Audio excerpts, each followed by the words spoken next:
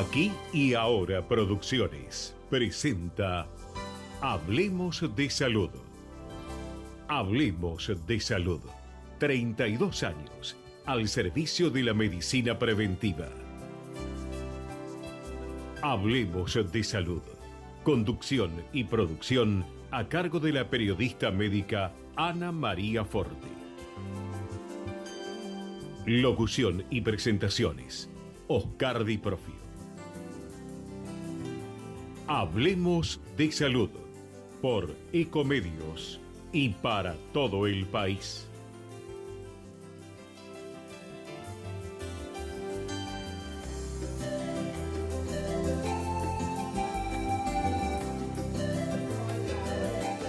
¿Cómo están ustedes? Soy Ana María, feliz de estar nuevamente con ustedes, feliz de, a pesar de todo, volver al trabajo, a pesar de todo.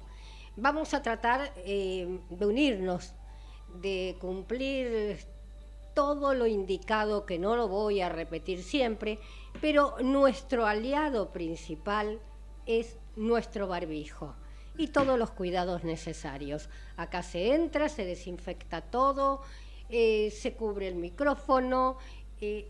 Bueno, no vamos a hablar de qué es una pandemia y de lo que está pasando en el mundo.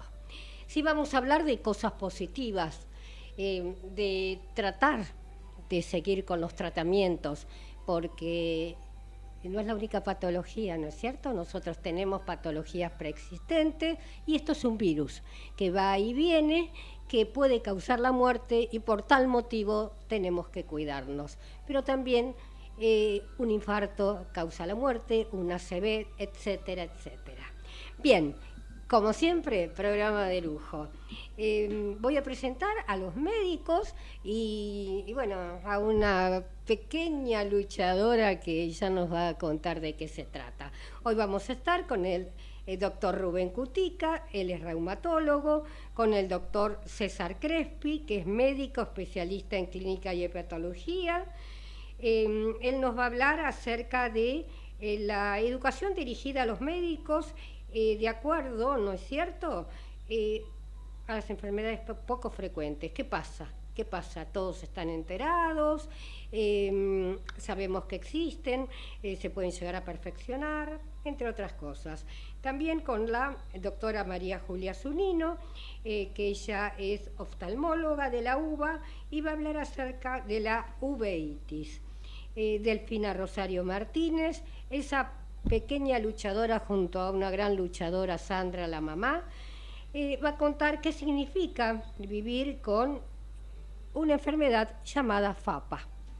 Bien, y ya le doy los muy buenos días al doctor Rubén Cutica, que él es consultor del Hospital de Niños Pedro Elizalde y del Hospital Británico de Buenos Aires, también director de la carrera de Reumatología Pediátrica de la UBA.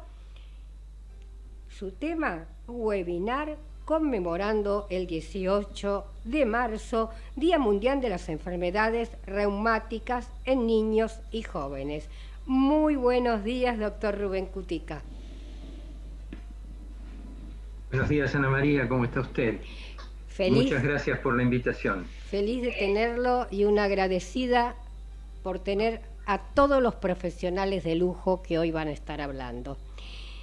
Doctor, cuéntenos qué significa vivir con una enfermedad, ¿no es cierto?, reumática, tratándose de niños y jóvenes. Adelante, doctor.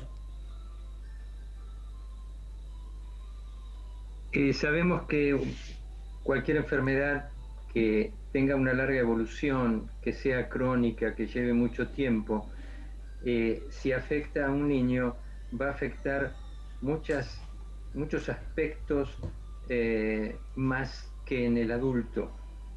Fundamentalmente su desarrollo, su crecimiento, la posibilidad de contactos con sus pares. Entonces, son enfermedades que hay que tomarlas muy en cuenta y hay que tratarlas adecuadamente. Y ahí surge que el 18 de marzo ha sido establecido como Día Mundial de las Enfermedades Reumáticas en Niños y Jóvenes. Y eso tiene un objetivo.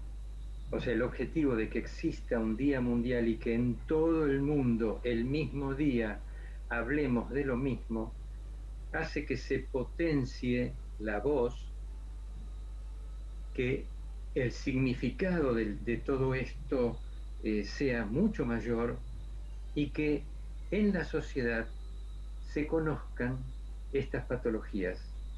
La gente en la sociedad raramente tiene en cuenta que los niños pueden tener alguna enfermedad reumática. ¿Esto es de origen genético, Por lo tanto, doctor?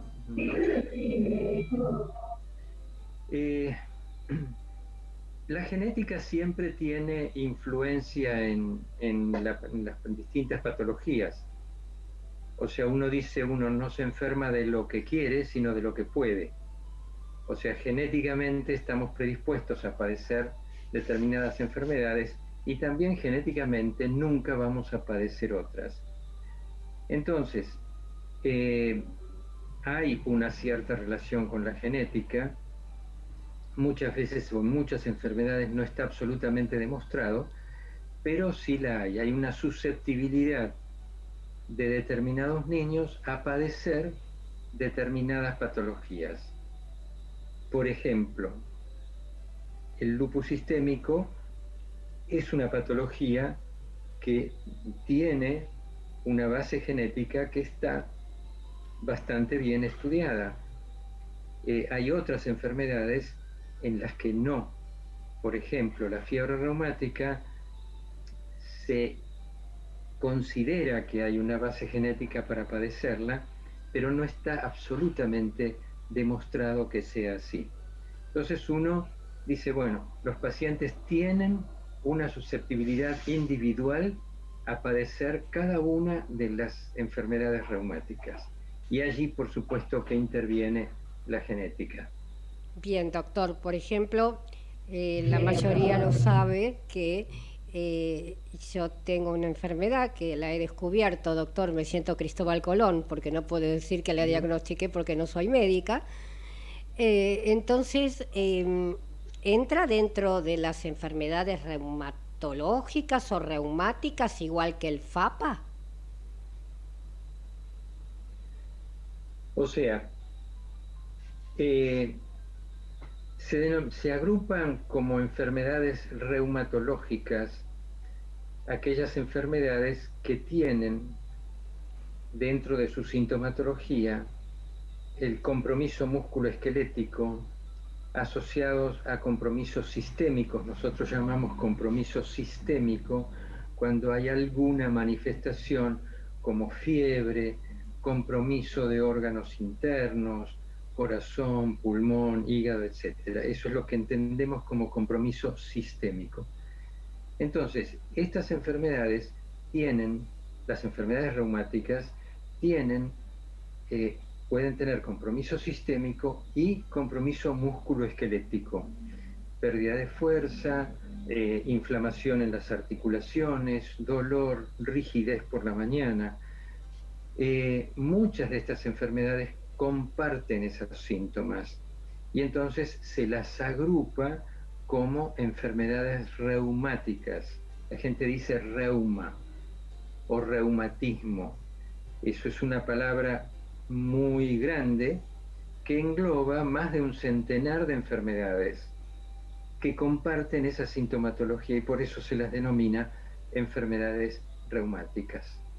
Doctor, por ejemplo, volviendo al tema de niños y jóvenes, podemos decir que lo puede diagnosticar el pediatra.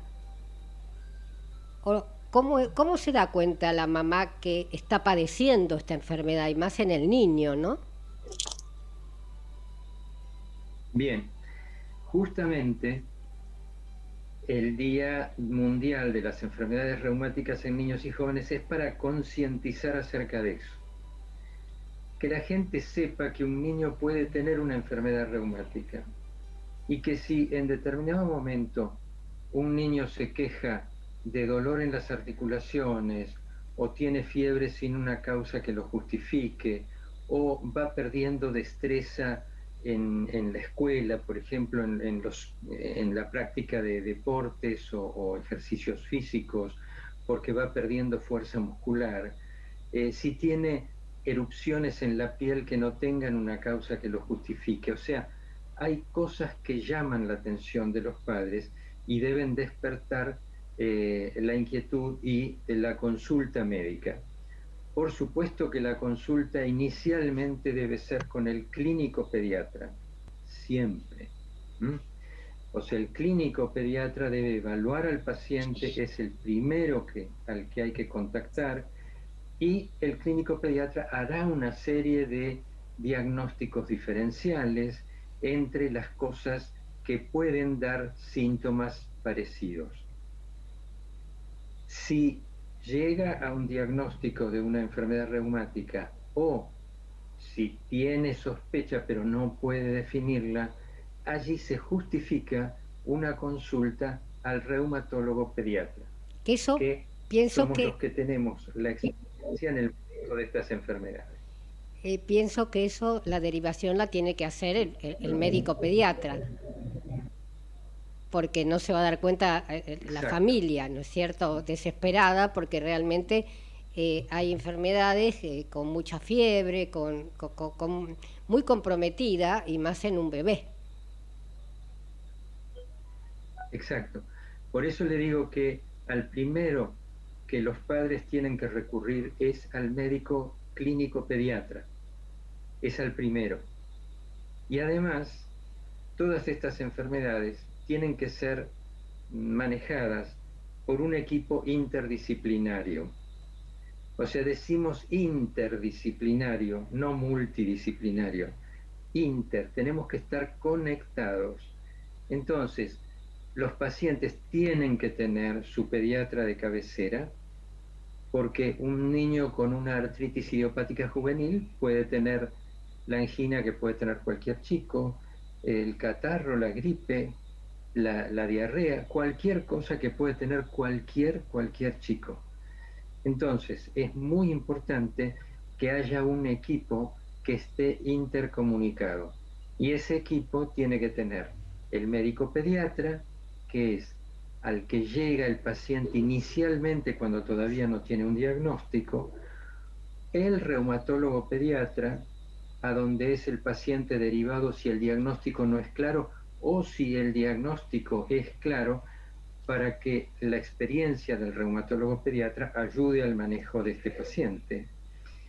Tiene que haber en ese equipo una terapista física, porque los niños necesitan tratamientos de terapia física para su rehabilitación. Uh-huh. Si un niño pierde fuerza, si un niño pierde el rango de movimiento en sus articulaciones, eso necesita ser recuperado, y se recupera no solo con el tratamiento médico, con la medicación que indicamos los reumatólogos, sino también con terapia física.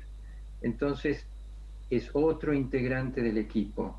Ese equipo tiene que estar integrado por oftalmólogo pediatra.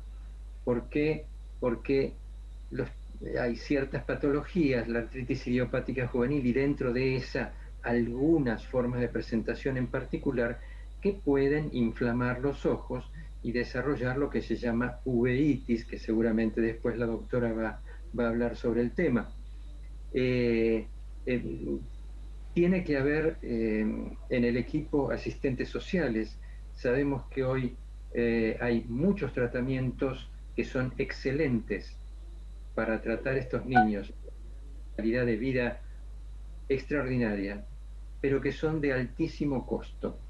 Y entonces necesitamos que en el equipo haya un asistente social, alguien que colabore en ayudar al paciente a que logre la medicación que necesita en el momento que lo necesita, y que logre que el paciente sea tratado por ese equipo interdisciplinario que yo les estoy Exactamente, comentando. doctor. Tiene que estar Usted, el traumatólogo pediatra, usted estuvo y años, ¿no es todos cierto?, entre sí. en el hospital de niños, y actualmente es consultor, y qué mejor que usted para saber del tema, pero el inconveniente es que está el Hospital de Niños, el Hospital Gutiérrez, el Hospital Garrahan, que trabajan de esta manera, pero en el resto del país, doctor, hay una carencia muy grande. Yo me quedaría horas charlando con usted, pero yo necesito hacerle esta última pregunta, y muy cortita, pero igual después, como acá va a estar un pequeño geniecito, capaz que le hace algunas preguntas con respecto al tema puntual de la de FAPA. Perdón. Doctor, por ejemplo, ¿qué pasa en la, digamos, transición, ¿no es cierto? ¿Qué es lo que nos está pasando dentro de nuestra entidad? ¿Qué pasa con los chicos de 14, 15, 16 hasta 18 años? ¿Quiénes lo atienden, doctor?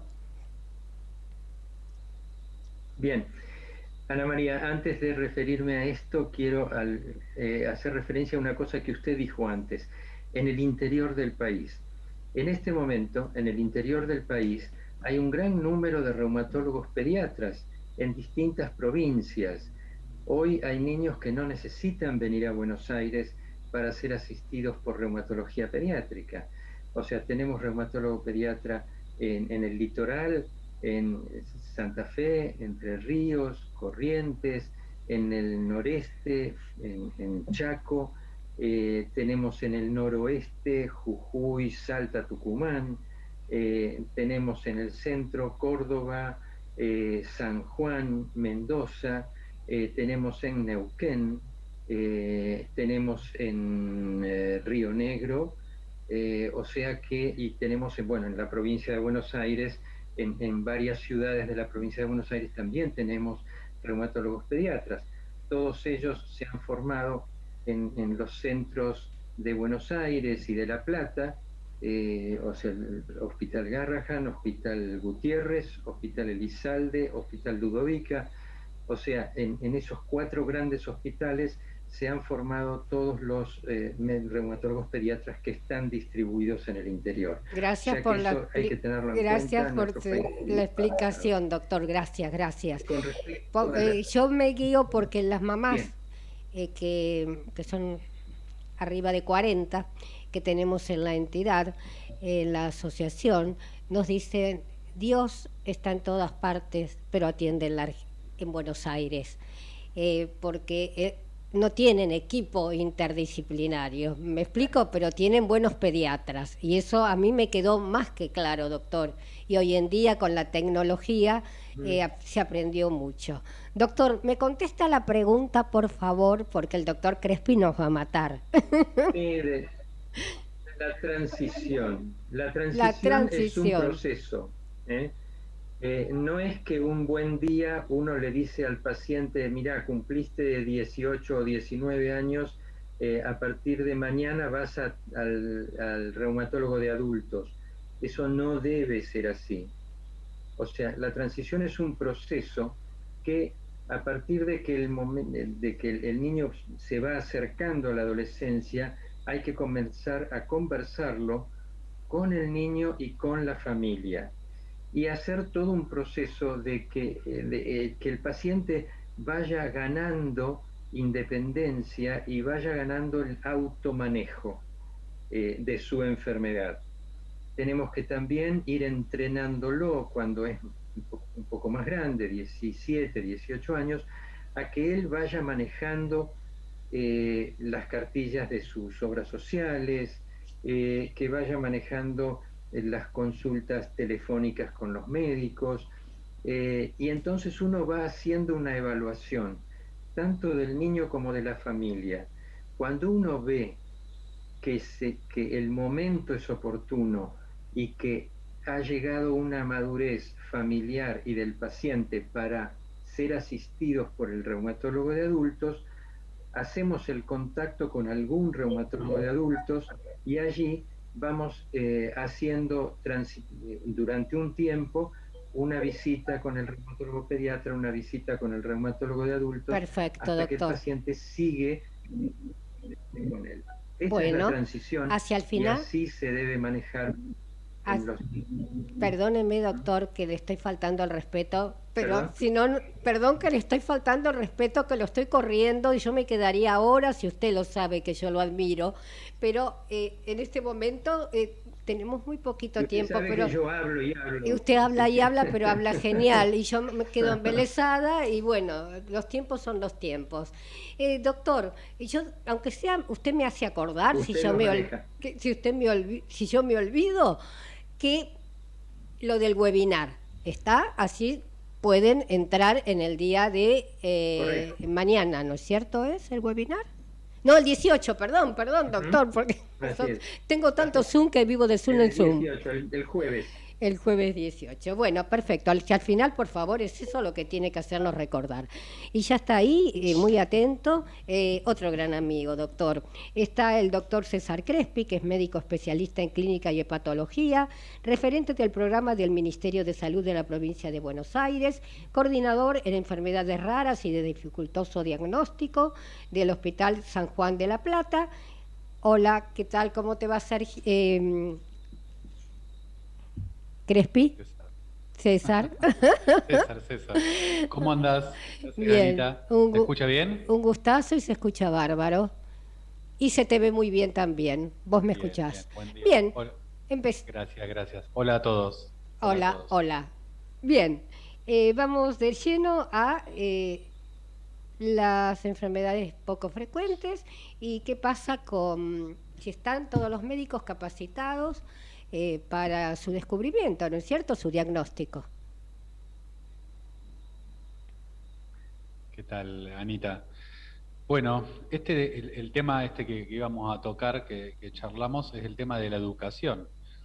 Como probablemente muchos ya sepan y otros no, el tema de las enfermedades poco frecuentes son un grupo heterogéneo y muy grande, más o menos entre 6.000 y 8.000 patologías, que tienen una definición en base a una prevalencia, pero que hay otros datos que tomamos en cuenta para clasificarlas y que hace un mes y medio, 2 meses, tenemos un listado del Ministerio de Salud de la Nación, un listado de todas las enfermedades poco frecuentes que la ley argentina, digamos, ampararía, cubriría o estarían bajo esta ley, lo cual es fundamental, tener ese listado con el código ORFA, de Orfanet, por enfermedad huérfana, esto viene de otros países, pero está codificado, así que tenemos el listado y eso es muy importante, son aproximadamente 6.000 enfermedades. Uno se imagina que saber 6.000 enfermedades de las prevalentes incluso es una tarea bastante titánica y dentro de las poco frecuentes es uno de los problemas tremendos es esto, es el desconocimiento de las patologías, de aquellas que son tratables, que dentro del grupo de las poco frecuentes, si hay alguna que no se nos puede pasar, son aquellas que son tratables, donde le podemos modificar la vida a los pacientes. Así que esa es una tarea muy importante que está dentro de una enorme currícula de la educación en estas patologías. La transición que hoy tocaba Rubén es muy importante también, porque en enfermedades poco frecuentes sucede de que no hay a quién derivarle el paciente, porque Exacto. más allá de que haya un grupo interdisciplinario, tiene que haber alguien que coordine lo que el paciente tiene. A veces el reumatólogo, a veces es un especialista en errores innatos del metabolismo, a veces es algún genetista quizás, y en realidad a veces falta una figura que coordine todo lo que al paciente le sucede. Así que eso es lo que suele estar en falta, por eso nosotros tenemos esta visión de el médico rarólogo o especialista en enfermedades poco frecuentes, que es un tema que lo podemos poner absolutamente a discusión, pero bueno, el tema de la educación en enfermedades poco frecuentes es un gran desafío realmente y recién está en sus inicios. Bien, recién están en sus inicios. Yo he escuchado que en el hospital El Cruce de Florencio Varela se va a, digamos, no sé si armar un grupo que pueda tratar a todas las enfermedades Yo no le digo poco frecuente ya, porque yo digo que son poco frecuentes porque no son diagnosticadas muchas. Entonces yo hasta le cambiaría el nombre, con eso te digo todo. Y rara tampoco me gusta, pero cuando yo empecé hace 33 años atrás, que invitaba a todas las personas con todas las patologías, y era como que tenía una necesidad de ayudar a las personas con patologías que no se ven todos los días. Y yo decía, no puedo decir rara, porque si no, la persona se siente rara. Es lo que yo vislumbraba 33 años atrás. Cuando yo la tuve, yo digo, bueno, que me quieran decir rara o no rara, en cuanto a la enfermedad, la veo desubicada a la palabra. Y poco frecuente también, porque sería mucho más frecuente si el profesional la detectase a tiempo. En mi caso particular, que todos lo saben y los tengo cansados, yo, como toda mi familia, me hubiese muerto porque no tomé la pastillita de la presión. Porque precisamente la FMF raramente sube la presión, pero en ese raramente estamos todos mis familiares fallecidos. Es así. Bueno, sí, lo del cruce es así, también está en proceso y se necesitan varios centros de atención y de formación. No alcanza con uno, lógicamente. Acá yo en el San Juan empecé en el año 2011, ya una década, ya yo llevo 10 años trabajando, 10 años acá en este hospital, y antes esporádicamente, porque no era, si ahora cuesta que den un poquito le presten atención a la temática, antes, hace 10 años, imagínate. Entonces, el San Juan no sé si realmente es el único centro de atención de enfermedades poco frecuentes en general, pero ojalá, si existe otro, no me he enterado, pero ojalá que sí, que exista, y si no, hay que fomentar la generación de muchos, porque realmente uno no da abasto. Y la cantidad de pacientes que se puede atender no es lo mismo que en otro consultorio, que hay número, porque el paciente acá lleva tiempo a escucharlo, a analizar los estudios, y ni hablar si viene con una enfermedad no diagnosticada, que en su momento nosotros en el año 2014 definimos, como no existe esto en la bibliografía médica, definimos qué sería una enfermedad de dificultoso diagnóstico o no diagnosticada, porque nos encontramos con que la mitad de las consultas eran estos pacientes. Entonces, el tiempo que lleva es 45 minutos a una hora y media, escuchar al paciente. No hablo de analizar los estudios, de pedirle estudios, de hablar con otros colegas y trabajar en interdisciplina, como hoy hablaba el colega, que es bastante complejo. Entonces, necesitamos muchos centros de atención de enfermedades poco frecuentes. Bien, te dejo una pregunta, te pido 1000 disculpas. A la 1:30 tenemos que cortar por problemas de cortes de radio, ¿no es cierto?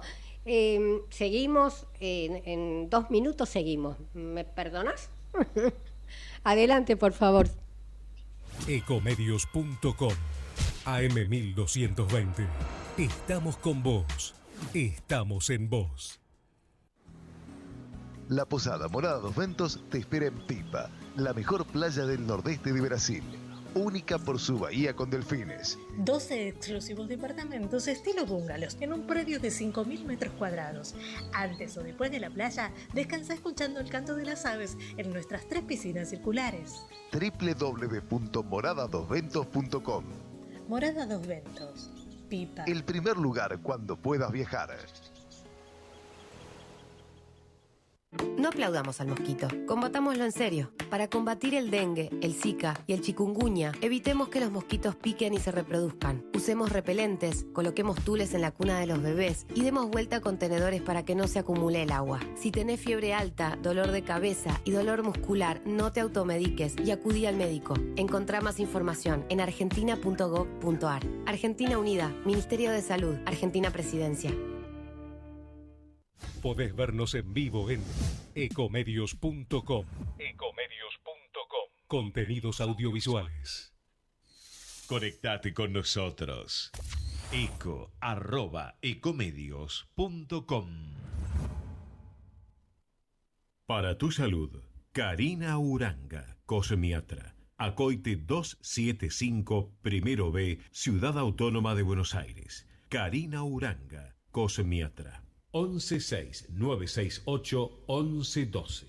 Look 5D. Transformá y crea una nueva imagen para una mejor comunicación con el entorno. Tratamiento integral para el cabello, rostro y cuerpo. Depilación definitiva, masajes, maquillaje, cuidado de manos y pestañas. Trabajamos desde lo físico hasta lo energético. Look 5D. José María Moreno, 393 Caballito, Ciudad Autónoma de Buenos Aires. Facebook e Instagram, Look 5D. Hola, soy Mariana Arias y soy la madrina de la Asociación Sin Fines de Lucro Fiebre Mediterránea Familiar Argentina. Sabés que esta es una enfermedad que es hereditaria, poco frecuente y de muy difícil diagnóstico. Si vos querés recibir más información y saber de qué se trata, podés entrar a nuestro Facebook Fiebre Mediterránea Familiar Argentina, Pacientes y Familias. Te esperamos.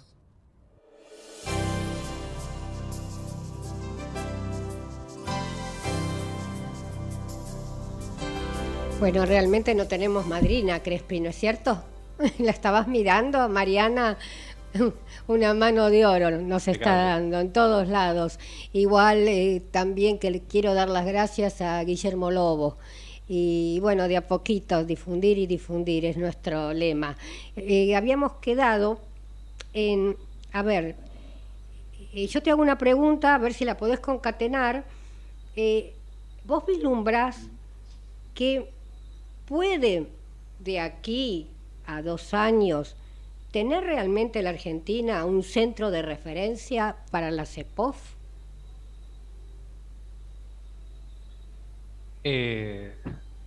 Yo creo que más de uno, por lo menos es la ilusión, que exista más de uno.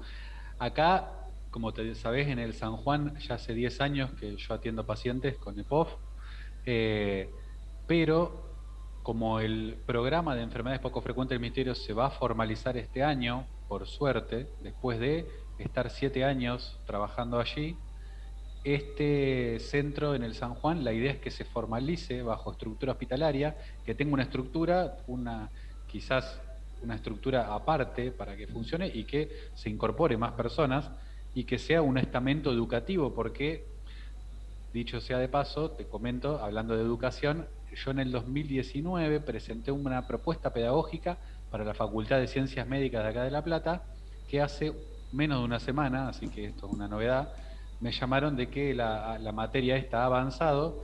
La propuesta era para crear una materia nueva en la currícula médica para que los médicos en formación, o sea, en el grado, en la formación de grado, tengan la materia de enfermedades poco frecuentes en medicina como parte de la formación.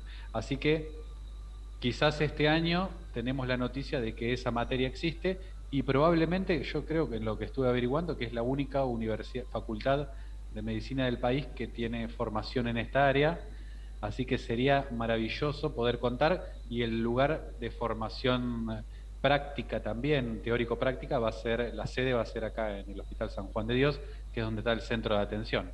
Quiere decir, a ver si entendí bien, O sea que en la Facultad de Medicina de Ciencias Médicas de La Plata se va a hacer, digamos, una materia especial desde que entra el profesional, el alumno hasta que salga de la carrera.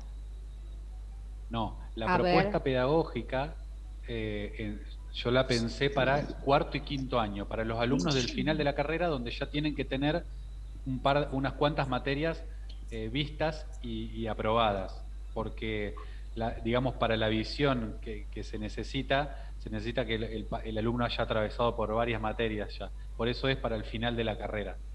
Bien, la labor, y no porque sos mi amigo y te quiero mucho, la labor que estás desarrollando hace años, ¿no es cierto?, dentro del San Juan de La Plata, San Juan de Dios de La Plata, es inmensamente grande, y tan grande como no informada. Entonces uno puede hacer muchas cosas, pero si no cuenta con una buena información, la gente no se entera. Se trabaja para uno mismo. ¿Qué están pensando en hacer? Así es, así es. Demos paso a los colegas que siguen. Gracias. Gracias a vos, Anita.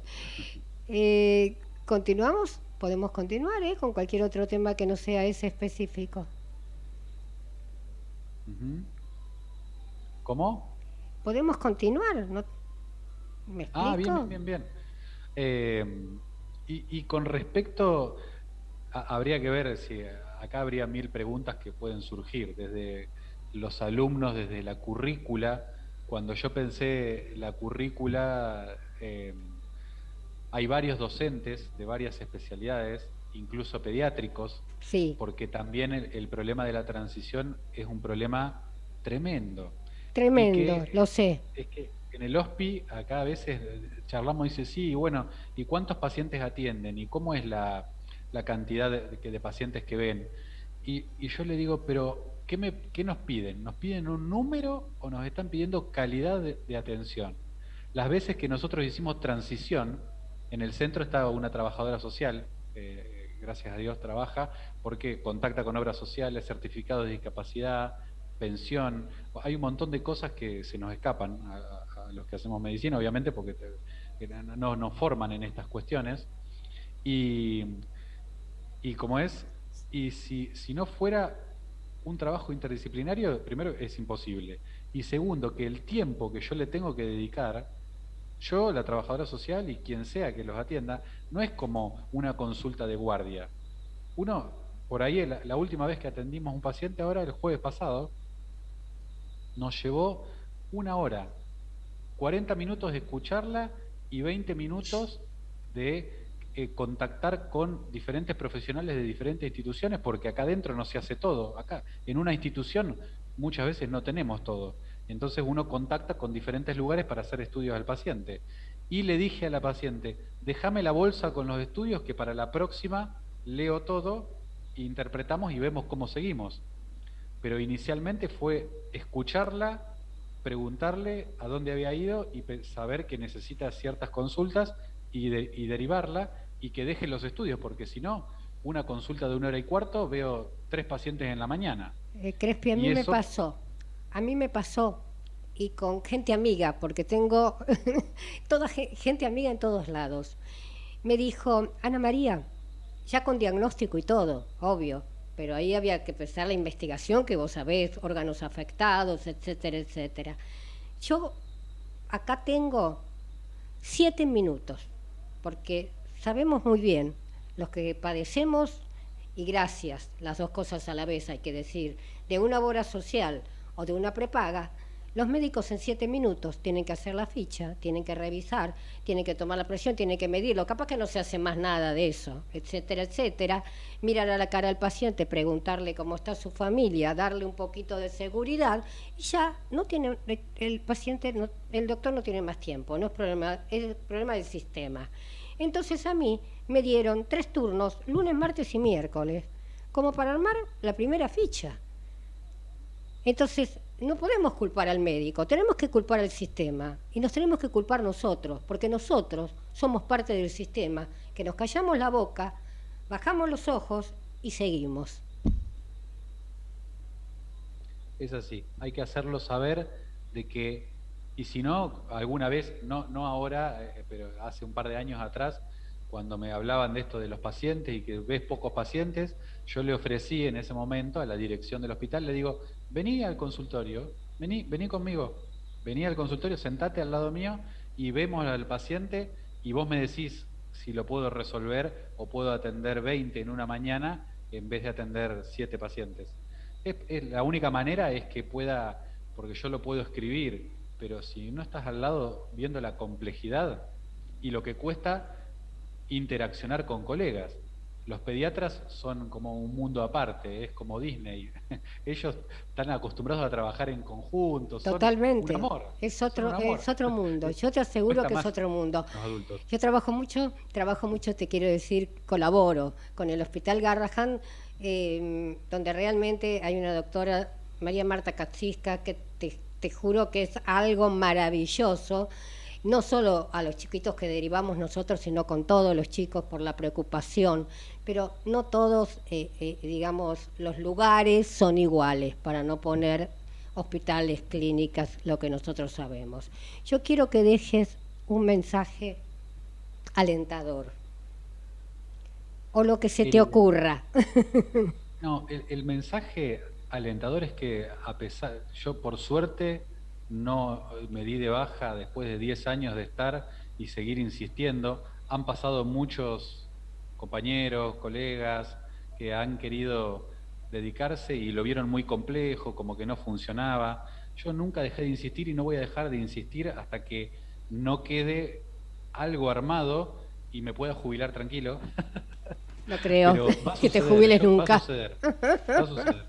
Yo sé que va a suceder y que se está trabajando en muchos lugares y se está trabajando muy bien. Y nuestro, por ejemplo, honorario cuerpo de profesionales de la Asociación de Fiebre Mediterránea Familiar y Autoinflamatoria, no sé si los elegí, si llegaron, si me los enviaron, pero es un grupo humano excelente que es lo mejor que tenemos dentro de la asociación. Gente como el doctor Cutica, gente como vos, Crespi, como la doctora, la oftalmóloga, que ya en este momento le doy las muy buenas tardes. Buenas tardes, ¿se me escucha bien? Perfectamente, no tengan problema. Nuestro técnico es de 10, así que va a salir redondito.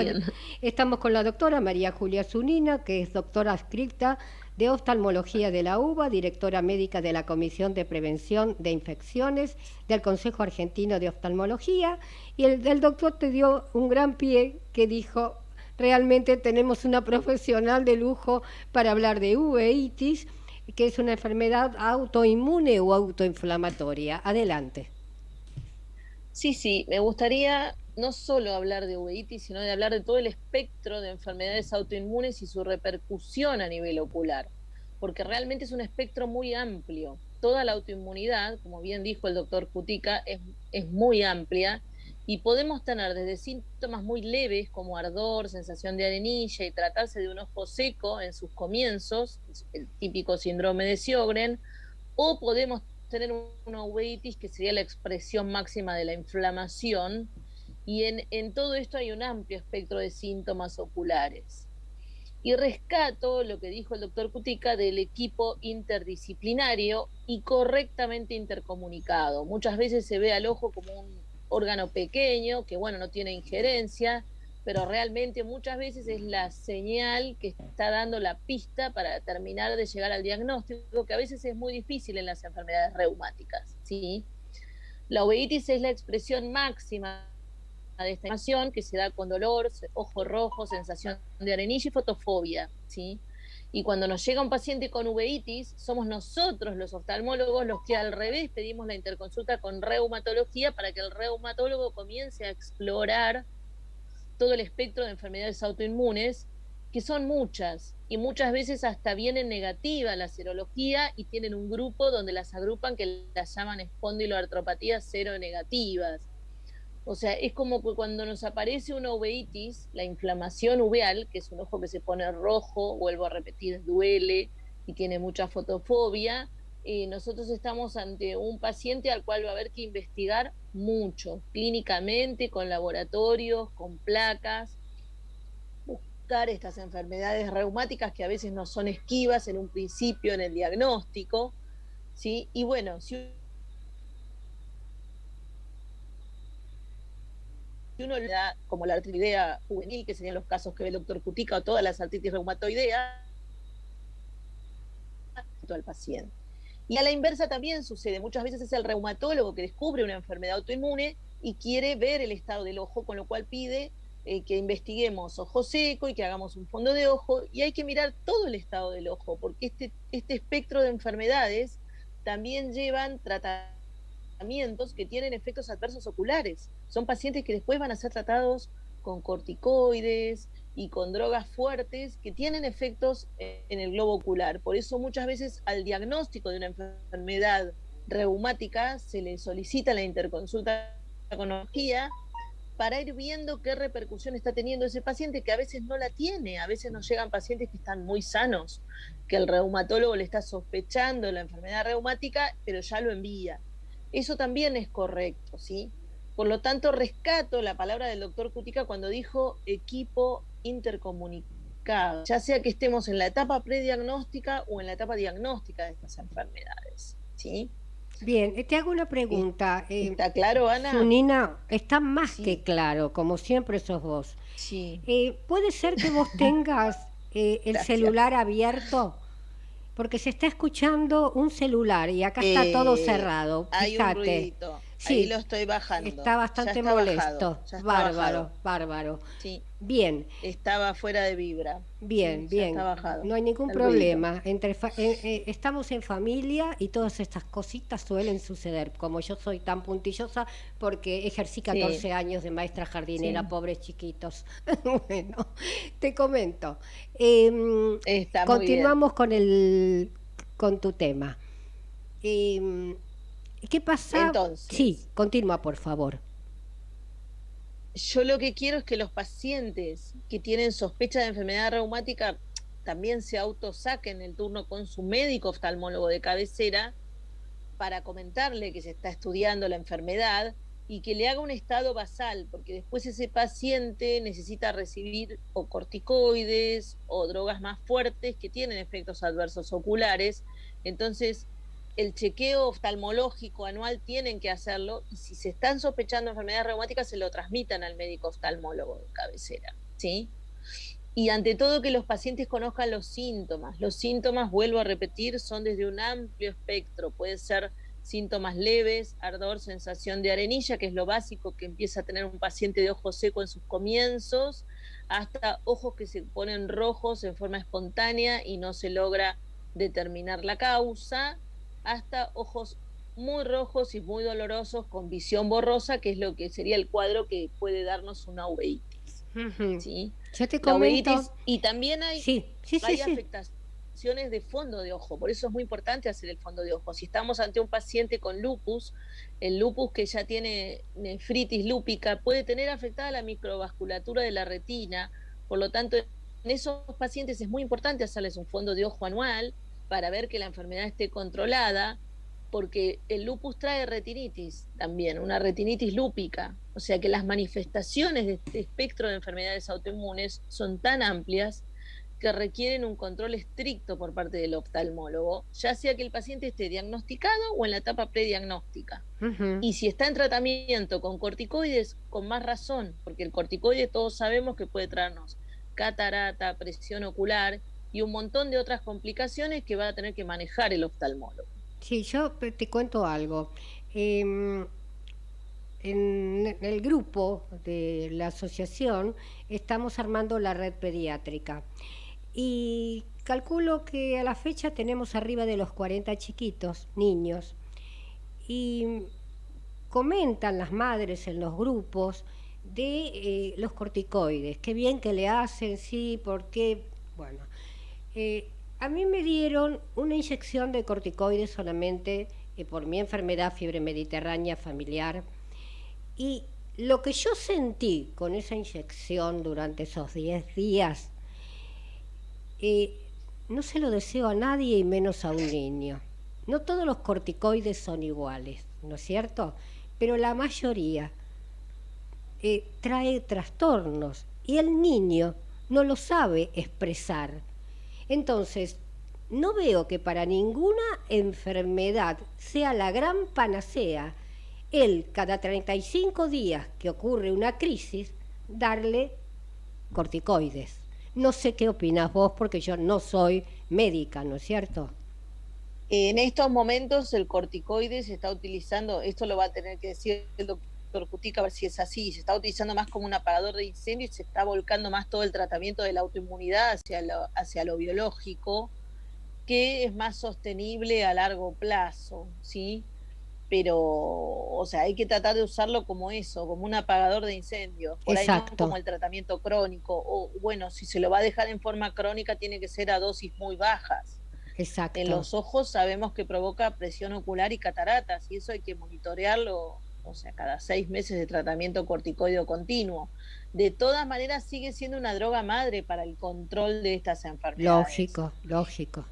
Bajo control médico. Pero, exacto, de todas maneras no es la única, pero igual las otras drogas que se están utilizando para el control de estas enfermedades también tienen efectos adversos oftalmológicos, por lo tanto es un paciente, el reumático, que requiere control oftalmológico periódico, ¿sí?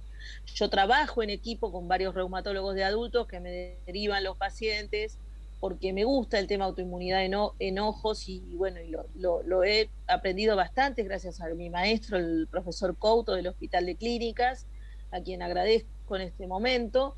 Pero bueno, o sea, es un trabajo permanente también, y es un paciente que requiere seguimiento anual. Bien, ¿sí? bien. Mínimamente anual. ¿sí? Bien. Hay algunos casos que requieren un seguimiento más estrecho, pero...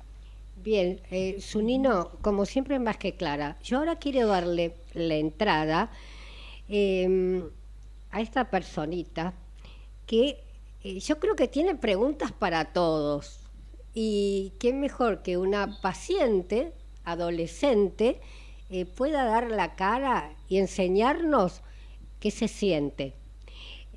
Delfina Rosario Martínez es paciente con síndrome de FAPA y el tema, yo le dije, mira, Delfi, ¿te parece qué significa vivir con esta enfermedad? Porque ambas vivimos con una enfermedad, ¿no es cierto? ¿Qué sentís? ¿Y qué pregunta le harías a cualquiera de los profesionales como si fueran tu tío, no digo tu papá, tu tío, porque son de esta manera, son cariñosos y puestos en nuestro camino para ayudar? ¿Cómo te va? Bien. ¿Bien? Sí. Bueno, espero que te sientas relajada y tranquila. No nos escucha nadie. Adelante. Bueno, cuando habló el doctor Cutica, ¿sí? ¿puede ser? Sí, Cutica el doctor. Dijo que acá había reumatólogos en Entre Ríos. Acá no hay. Yo vivo en Paraná y nosotros nos tenemos que ir a Santa Fe. Pero por la distribución zonal, ahora en Santa Fe no me atienden a mí. No sé. Y en este momento... ahora yo... Sí. Ahora yo estoy con una reumatóloga para adultos, porque ya cumplo 15, y bueno, ella no sabe mucho de autoinflamatoria, pero bueno, es algo por lo menos. Bien, nosotros hablamos con tu mamá, que es muy probable que viajen a Buenos Aires, porque vos estuviste atendida ya hace unos años Sí. dentro de reumatología pediátrica, ¿no es cierto? Y ahora es como que me estás diciendo que quedás como en banda. Y acá en el Garrahan tenés las puertas abiertas como tienen todos los pacientitos. ¿Qué otra pregunta se te ocurre de lo que escuchaste? Sí, a mí se me pone, bueno, hace bastante igual que no me pasa, pero antes se me ponían los ojos así rojos y como que medio como se me saltaba un ojo. Y después cuando yo llegaba al Instituto de Santa Lucía, ya no me pasaba nada, tipo, yo no tenía más nada. Eso también es algo que bueno, es del FAPA, ya tiene eso, a todos los que tienen FAPA les pasa. Sí. Es típico también de las enfermedades autoinflamatorias. Vienen por oleadas y a veces remite solo el cuadro. Cuando llegás, a mí me pasa que el paciente saca turno y me dice, lo que tenía la semana pasada ya no lo tengo más, doctora. Y sí, viste, porque la enfermedad a veces se autonivela. Claro, pasa que a mí no es que pasa una semana, es constante, es inmediato. Tipo, yo llego en 30 minutos de acá de mi casa hasta Santa Lucía y en 30 minutos ya no tengo más nada. Bueno, mejor para vos, pero es re loco para los médicos que tratamos de encontrarte algo y trata de ayudarte, ¿no? O sea, son las famosas crisis que uno entra a un hospital, está pidiendo seguro. turno y está doblado del dolor de abdomen, por ejemplo, y se te pasó todo y te revisan, no tiene nada. Entonces, bueno, es una estresada, la mamá la quiere enfermar en el caso de los chicos. Continuamos, por favor, Delfina, que tenemos poquitos minutos y quiero aprovecharlos. Sí. ¿Qué se te ocurre? No sé. Pensá tranquila.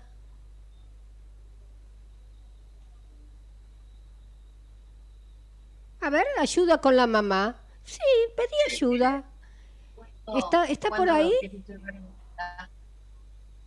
¿Cuándo empieza a ser rara la enfermedad? ¿Cuándo se convierte rara la enfermedad? No estamos escuchando, repetila.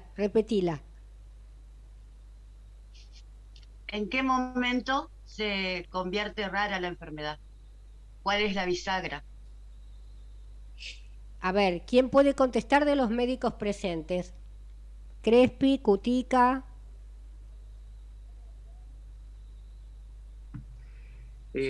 No es que haya un momento, no es que haya un momento en que la enfermedad se torna rara.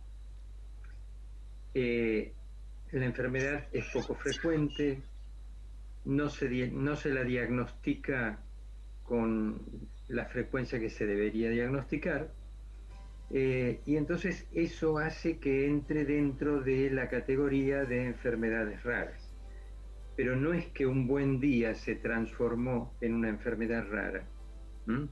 O sea, la enfermedad sigue su curso y siempre ha sido igual desde el comienzo. No es que en un punto se transformó en rara. Bien. Es eso. Muchas gracias, doctor. Delfina, ¿estás ahí? A ver si me la ponen en pantalla. Bueno, Delfi, lamentablemente nos cortan porque a las 14 horas teníamos que entregar. Yo prometo la próxima vez darte más minutos porque es muy importante la pregunta y la opinión del paciente. En este momento nos estamos despidiendo. Yo agradezco mucho la intervención de todos los presentes porque Hablemos de Salud no sería nada sin ustedes. Agradezco a los que nos están escuchando y los espero a todos el próximo martes en este mismo horario. Gracias y chau chau. Desde Buenos Aires, transmite LRI 224, AM 1220, Ecomedios.